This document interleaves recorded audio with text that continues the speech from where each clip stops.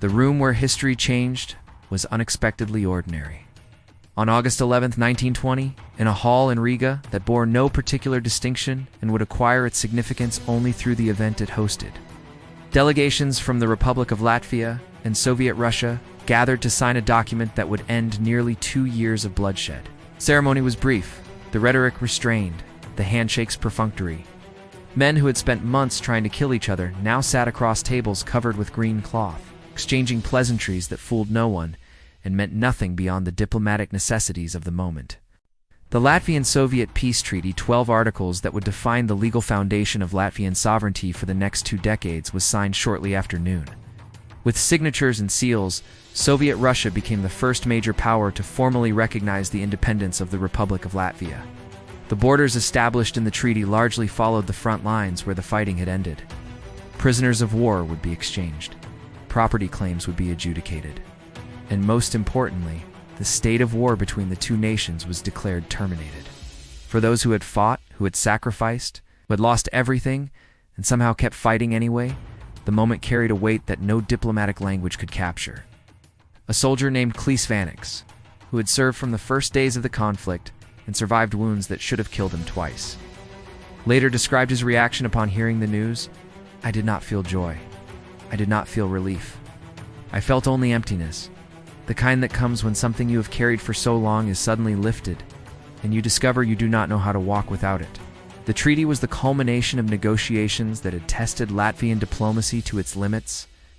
The Soviet delegation, led by Adolf Joffe, had arrived with instructions to extract maximum concessions while conceding minimum recognition. The Latvian representatives, acutely aware that their country's future depended on the outcome, had navigated between firmness and flexibility with remarkable skill. The final text represented compromises on both sides, but the essential fact remained. The Bolsheviks had recognized Latvian independence for all time. Those words, "for all time," would prove tragically ironic. 2 decades later, Soviet tanks would roll across the borders established in this treaty, and the independence purchased with so much blood would be extinguished for half a century. But on August 11, 1920, no one could foresee that future. They could only look backward at what they had survived and forward at the country they now had to build. The physical devastation was staggering. Riga, which had been one of the Russian Empire's largest and most prosperous cities, was a shadow of its pre-war self. Factories stood empty, their machinery stripped by retreating armies or destroyed by combat. Railways that had once connected the Baltic to the Russian heartland were interrupted by borders and damaged beyond immediate repair. The agricultural economy, which had sustained Latvian communities for generations, had been disrupted by years of requisitions, conscription, and displacement. The human toll exceeded any accounting. Official figures would eventually estimate military casualties in the thousands, but such numbers concealed as much as they revealed. How many civilians had died from hunger, disease, and exposure during the years of fighting? How many had been executed by one side or another for the crime of being in the wrong place with the wrong sympathies? How many had simply disappeared, fled into exile, lost in the chaos, swallowed by history without record or remembrance? Every village, every town, every city neighborhood carried its burden of loss. Families had been torn apart by the conflict, fathers killed, mothers widowed, children orphaned, siblings separated by the lines of battle and ideology. The Latvian riflemen who had fought for the Bolsheviks and those who had fought for independence were often drawn from the same communities, sometimes from the same families. Brothers had faced brothers across trenches, cousins had died at each other's hands. Now these wounds would not heal with the signing of any treaty. For those who returned from the war, the process of reintegration into civilian life was as challenging as any campaign they had fought. The skills that had kept them alive in combat, the ability to kill, the suppression of fear, the acceptance of violence as normal, were liabilities in peacetime. Many veterans found themselves unable to discuss their experiences with families who had no frame of reference for understanding what they had endured. The distance between those who had fought and those who had waited became a silence that persisted for lifetimes. A woman named Marta Azola, whose husband had served throughout the war and returned physically intact but emotionally transformed, described her experience years later. "The man who came home wore my husband's face. But he was not the man who had left. He did not speak of what he had seen. He could not bear loud noises. Nights he would wake screaming in languages I did not recognize. I learned to love this stranger, but I never stopped mourning the man I had married. The government faced the monumental task of constructing a functional state from the ruins of war. The provisional arrangements that had sustained the Republic through years of conflict needed to be replaced with permanent institutions. A constitution had to be written, elections organized, ministries staffed, laws enacted. Now the men and women who had led the independence movement, many of them theorists, journalists, and activists rather than administrators, now had to learn the prosaic arts of governance. Land reform was among the most urgent and contentious priorities. For centuries, the Baltic German landlords had owned the vast majority of Latvian agricultural land, reducing the indigenous population to the status of tenants and laborers on their own soil. The independence movement had promised to change this, and the post-war government delivered on that promise with sweeping reforms that redistributed land to those who worked it. This transformation was revolutionary in its implications, creating a class of independent farmers who formed the social foundation of the new republic. But reform generated resistance.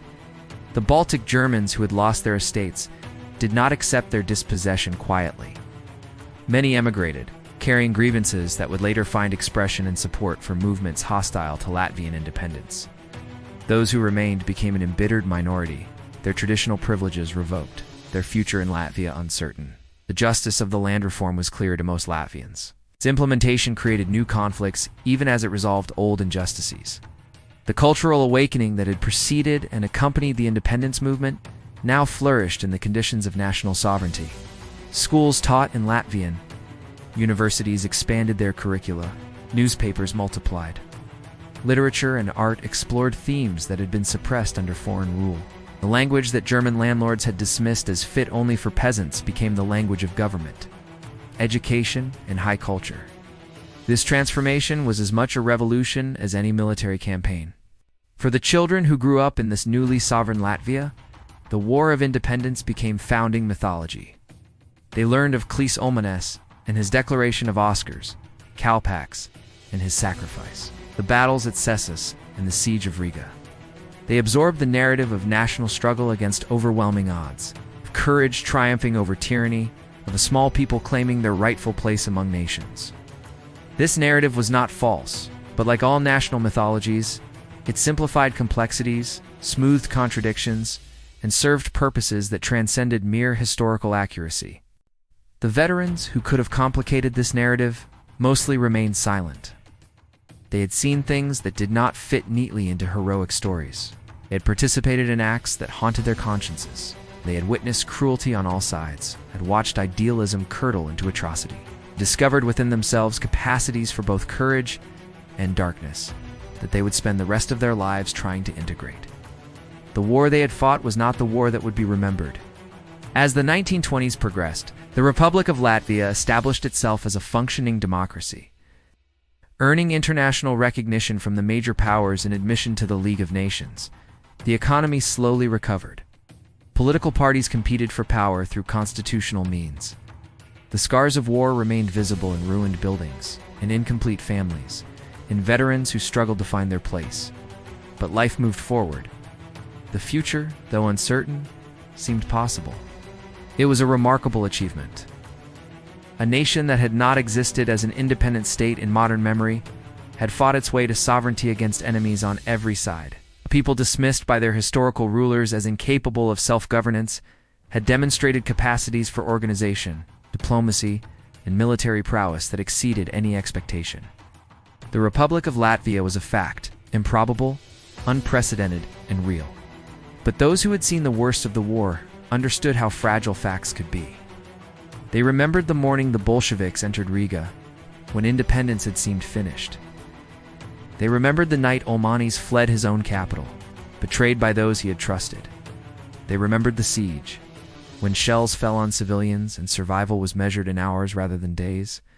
They knew that what had been won through sacrifice could be lost through complacency, that enemies defeated could return, that the words "for all time" meant only as long as the will to defend them endured. This knowledge shaped the generation that built independent Latvia. It built cautiously, aware that what they constructed might not survive them. It built ambitiously, determined to create something worthy of what it had cost. They built urgently, sensing perhaps that their time was limited. That the larger forces that had shaped their struggle, the rivalries of empires, the clash of ideologies, the ambitions of powerful neighbors, had not been resolved by their victory, but only temporarily held at bay. The final chapter of Latvia's first period of independence would be written 2 decades later, when the guarantees of the Latvian-Soviet peace treaty proved worthless against the calculations of great powers. But that is another story for another time. On August 11, 1920, what mattered was that the war was over, that the dead could be mourned, that the living could begin again. In villages throughout Latvia, church bells rang, some for the first time since the fighting began. Families gathered to offer prayers of thanksgiving and remembrance. Veterans who had survived beyond all probability looked at each other with the bond that only those who have faced death together can understand. And children too young to remember the war asked their parents what the celebrations meant. The answers they received would shape Latvian identity for generations to come. Freedom had been purchased. The price was written in the names of the lost in military cemeteries and unmarked graves, in memories that surviving families carried until their own deaths ended the burden. Every year since, on November 18th, Latvians have gathered to commemorate the Declaration of Independence, to honor those who made it possible, to affirm their commitment to the values for which so many sacrificed. As peace settled over the land that winter of 1920, the forests and fields returned slowly to their ancient rhythms. Farmers tilled soil that had been battlefields. Rivers flowed past villages where the dead were buried. The wind carried no sound of artillery, no shouts of combat, no cries of the wounded. Only silence and memory, and the knowledge that this hard-won peace was sacred because of what it had cost. The silent land remembered every fallen soldier. Freedom had come at a price written in the names of the lost. And as long as Latvia endures, those names will not be forgotten.